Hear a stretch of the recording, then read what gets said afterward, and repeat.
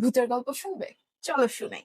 এবং ঘটনাটা কিন্তু এই বাসায়, এই রুমে আমার সাথে ঘটেছে। ঘটনাটা 2024 সালের, আমরা 2024 সালে এই বাসায় শিফট হই।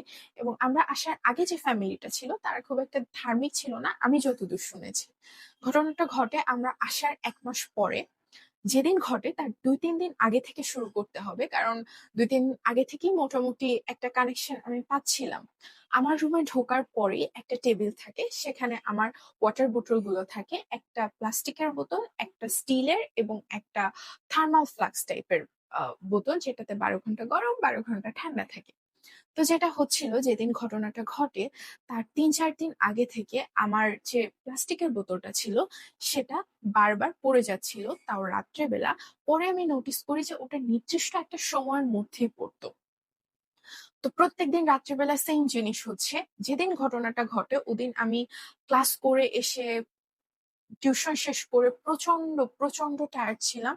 তো আমার ঢুকে ওই বোতলটা দেখে মেজাজটা খারাপ হয়ে গেছে যে এ তো আজকে রাতেও পড়বে এবং আমার ঘুমটা নষ্ট করবে।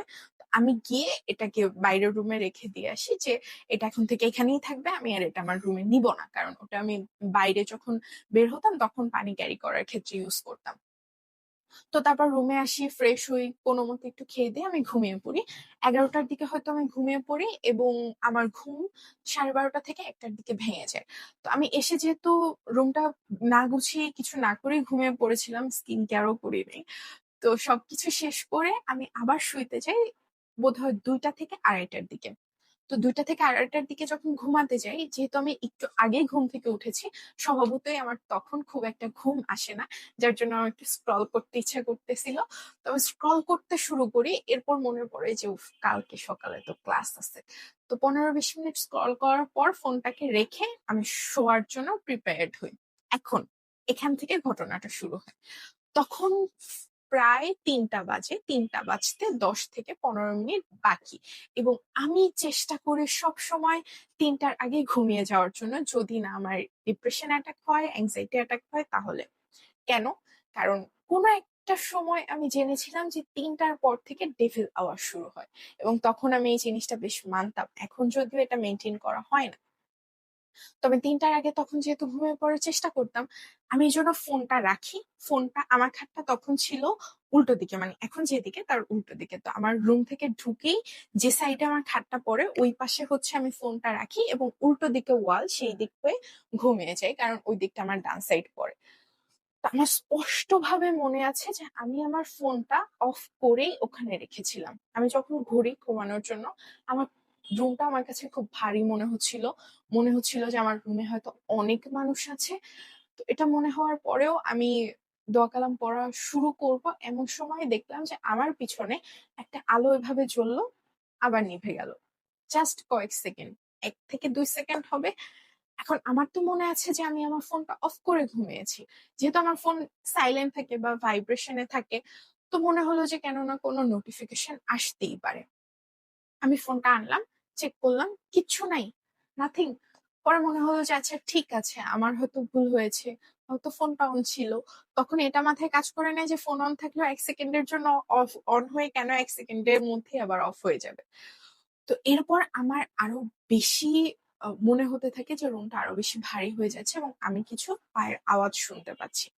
এটা যখন আমার মনে হয়, তখন আমি মানে যত তাড়াতাড়ি সম্ভব দোয়া পড়া যায় তত তাড়াতাড়ি ও সাইন বোর্ডের মতন দৌড়ে দৌড়ে দোয়া পড়তেছিলাম যে আমার সবগুলা শেষ করতে হবে, আয়াতুল কুরসি, চারকুল যা যা আছে সব। এগুলো শুরু করার পরে প্রথমে আমি চারকুল পড়ি, তারপর যখন আয়াতুল কুরসি শুরু করি, আমার যে থার্মাল ফ্লাক্সটা ছিল ওইটা ধারিম করে পড়ছে। মানে আমি তো জানি না তখনও যে ফ্লাক্স পড়ছে, আমি শুনলাম যে এত জোরে কিছু পড়ছে যে মনে হচ্ছিল যে পুরো বিল্ডিংটাই কেঁপে উঠছে। এত জোরে শব্দ হয়েছে যে আম্মু ঘুম থেকে উঠে গেছে। এই শব্দটা হওয়ার পরে আমি এত বেশি ভয় পাইছি যে আমি আর এটা একা ডিল করতে পারবো না। পরে আমি আমার মাকে ফোন দিলাম যে আম্মু, আমার রুমে কিছু একটা হচ্ছে, তুমি প্লিজ দয়া করে একটু আমার রুমে আসো।